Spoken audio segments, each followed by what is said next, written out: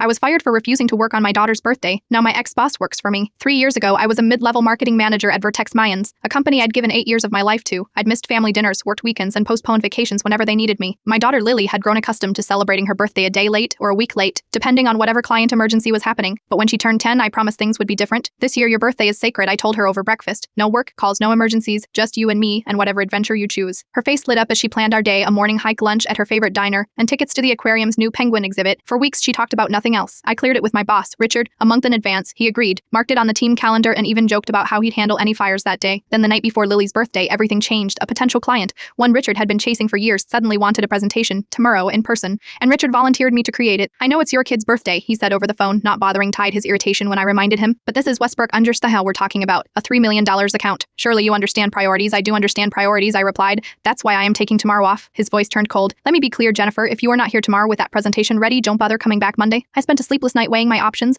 my mortgage, Lily's college fund, our health insurance, all hanging in the balance. But then I remembered the look on Lily's face when I promised her birthday would be different this time. The next morning I took my daughter hiking. We spotted 3 deer, collected interesting rocks, and took silly gree at the summit. At the diner, she ordered chocolate chip pancakes with whipped cream for lunch. At the aquarium, she pressed her nose against the glass as penguins dove and swam, her eyes wide with wonder. Monday morning, I arrived at the office to find my desk already packed up, my email disabled, and security waiting to escort me out. Richard didn't even have the courage to fire me himself. 2 weeks later, still unemployed and terrified, I received a call from the CEO of Westbrook Enterprise, the client I was supposed to present to. We were impressed by Vertex's work, but something felt off about their culture, he said. When I asked why you weren't at the presentation, Richard gave 3 different excuses. Bet his assistant told me the truth. He paused. I have a daughter too. Her birthdays are non-negotiable on my calendar. We're looking for someone to head up our in-house marketing department, someone with both talent and principles. Would you be interested? The salary was 40% higher than what I'd been making. The benefits included flexible work arrangements and, most importantly, a company culture that respected family commitments. Within a year, I built a team that delivered the best campaign results in Westbrook's history. My boss gave me free rein to hire whoever I wanted for our expanding department. That's when Richard's resume landed in my inbox. Vertex had lost several major accounts after my departure. Richard had been let go in the subsequent restructuring. His cover letter didn't mention our history, but it did emphasize his commitment to work-life balance. I could have deleted his application. Instead, I called him in for an interview. Why should I hire someone who threatened to fire me for attending my daughter's birthday? I asked him directly. He looked down at his hands. Because I've learned my lesson, because I lost everything by putting work first, because my own kids barely know me. He looked up. And because I am good at what I do, just like you were. Richard now manages our digital team. He reports to me. And every year on Lily's birthday, he sends her a card with a gift certificate to the aquarium. Sometimes the best revenge isn't getting even, it's getting perspective.